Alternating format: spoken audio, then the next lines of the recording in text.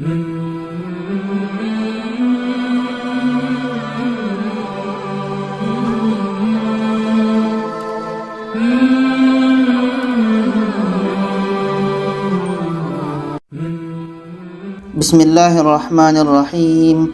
Assalamualaikum warahmatullahi wabarakatuh.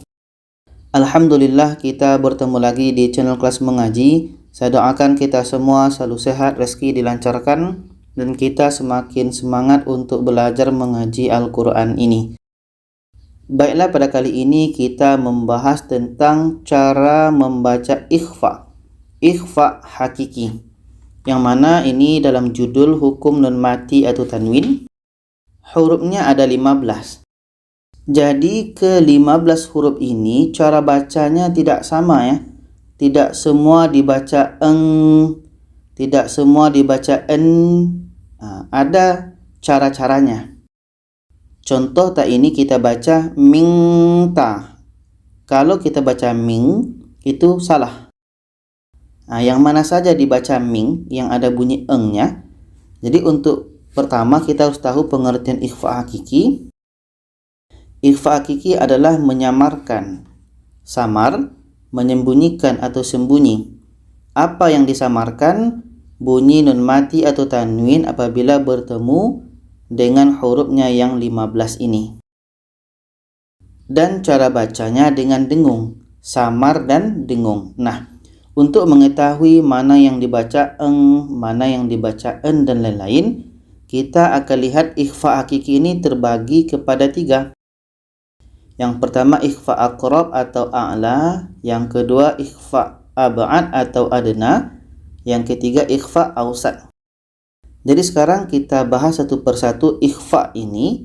Yang pertama kita mulai dengan ikhfa aqrab. Hurufnya ada 3. Ta, to, da. Dan untuk letak huruf ta, to, da itu letaknya ujung lidah menempel ke pangkal gigi seri atas. Ini dia. Ujung lidah kita ini ujung lidah. Oke, ini lidah, ini merah nih lidah menempel ke pangkal gigi seri atas. Ini gigi nih. Ini gigi. Nah, ini ta, to, da. Jadi ujung lidah kita ini menempel ke pangkal gigi seri atas. Maka nanti untuk huruf yang 3 ini menghasilkan bunyi en. Bunyi en. Kita lihat contohnya ini dalam surah Al-Baqarah 25 ini. Jadi ini ada nun mati bertemu ta, menghasilkan bunyi en tadi. Kita baca min tahtihal anhar. Min tah. Menghasilkan bunyi en. Min tah. Min tah. Min tahtihal anhar.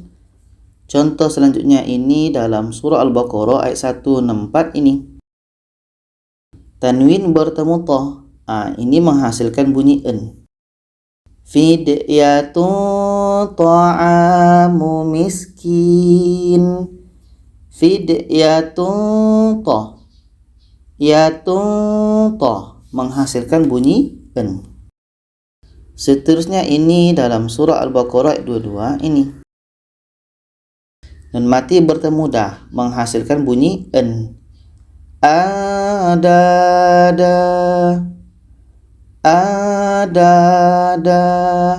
Ini untuk ikhfa aqrab. Sekarang kita masuk ikhfa yang kedua, yaitu ikhfa ab'ad. Hurufnya 2, qa dengan ka. Letak kedua huruf ini adalah pada pangkal lidah. Ini lidah kita. Ini di pangkalnya. Qa dengan ka. Sehingga nanti menghasilkan bunyi ang, ing, ung. Yang ada bunyi nga. Yang ada bunyi eng. Kita lihat contohnya ini dalam surah Al-Baqarah ayat 4 ini. Ada nun mati bertemu qa. Ikhfa ab'ad. Jadi ini menghasilkan bunyi nga. Min qablik. Min qablik. Min qa. Ada bunyi nga. Min qa. Min qablik. Contoh yang kedua ini dalam surah Al-Baqarah 87 ini. Tanwin bertemu kah. Ikhfa ab'ad menghasilkan bunyi ngah. Fafariqan kadzabtum. Fafariqan kah. Qangka menghasilkan bunyi ngah. Fafariqan kadzabtum. Ini ikhfa yang kedua, ikhfa ab'ad. Yang ketiga ikhfa ausat, hurufnya banyak. Nah, jadi huruf yang banyak ini terbagi kepada 5 tempat. Yang pertama ini untuk so zai sin, letaknya pada ujung lidah, menempel dengan gigi seri bawah. Nah, nih ujung lidah ini menempel dengan gigi seri bawah. Nih gigi seri bawah. Jadi ujung lidah kita ini menempel ke gigi seri bawah. Ini so za sa. Oke. Jadi ini menghasilkan bunyi samar saja. Maksud bunyi samar itu mendekati tempat keluar hurufnya. Pastikan ujung lidah kita ini menempel ke gigi seri bawah. Jadi nanti akan menghasilkan bunyi samar. Kita contohkan ini dalam surah Al-Baqarah 69 ini. Tanwin bertemu so. Ini nanti menghasilkan bunyi samar. Bunyi samar yang mendekati tempat keluar huruf ini. Kita baca. Innaha baqaratun safra. Baqaratun saf. Baqaratun saf. Contoh yang kedua ini dalam surah Al-Baqarah 4 ini.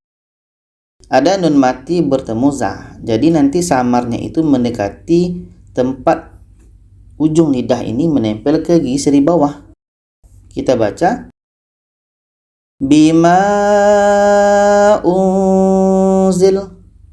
Bima unzil. Unzil. Yang ketiga ini dalam surah Ali Imran ayat 64 ini.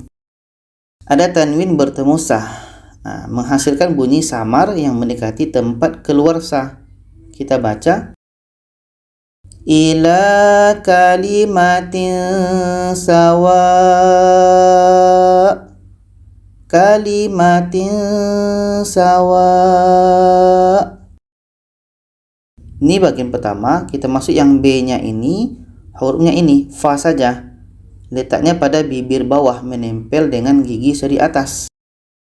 Nah ini bibir bawah, ini bibir bawah menempel dengan gigi seri atas. Nah ini bibir bawah kita, bibir, ini bibir.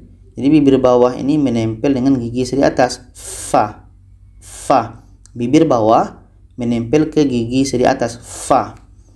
Bunyinya samar, mendekati tempat keluar huruf fa. Contohnya ini dalam surah Al-Baqarah 19 ini. Kita baca.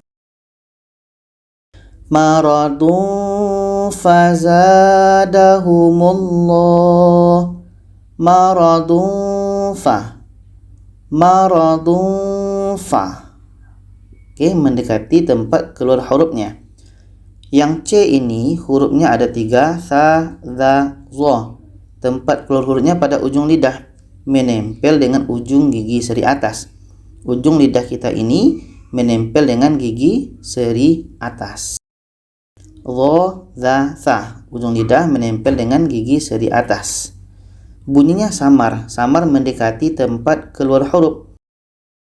Contoh ini dalam surah Al-Baqarah 178 ini. Kita baca. Bil unsa. Bil unsa, mendekati tempat keluar huruf sa. Contoh yang kedua ini dalam surah Ali Imran ayat 4 ini. Kita baca. Wallahu azizun dzuntiqam. Azizun dzu. Dengungnya itu mendekati secara samar tempat keluar huruf. Yang ketiga zo ini dalam surah Al-Baqarah 50 ini. Jadi ketika kita dengungkan nun mati bertemu zo menghasilkan samar. Samar yang mendekati tempat keluar huruf. Kita baca. Wa antum tanzurun. Tanzurun. Bunyinya samar mendekati tempat keluar huruf ini. Yang D-nya ini hurufnya 2, ja dengan shim.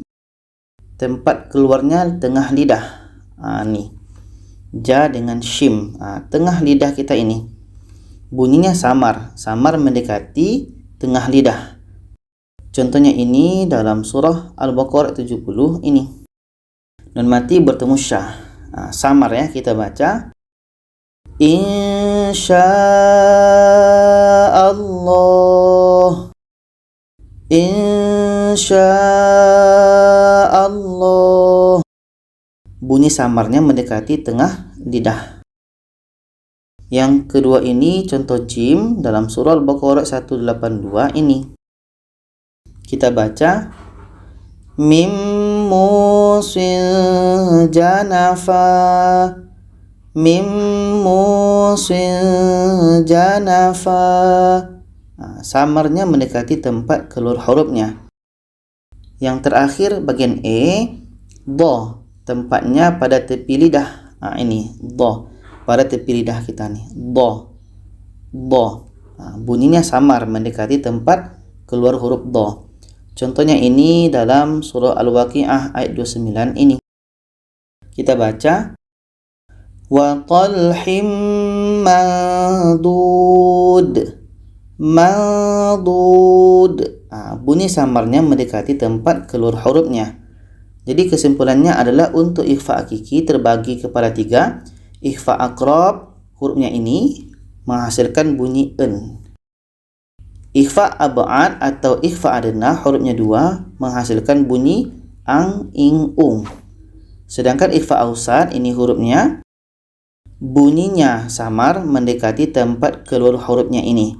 Jadi itu saja, semoga kita bisa pahami. Kalau ada saran, pertanyaan boleh komen di bawah. Silakan share kepada yang lainnya. Terima kasih. Wassalamualaikum warahmatullahi wabarakatuh.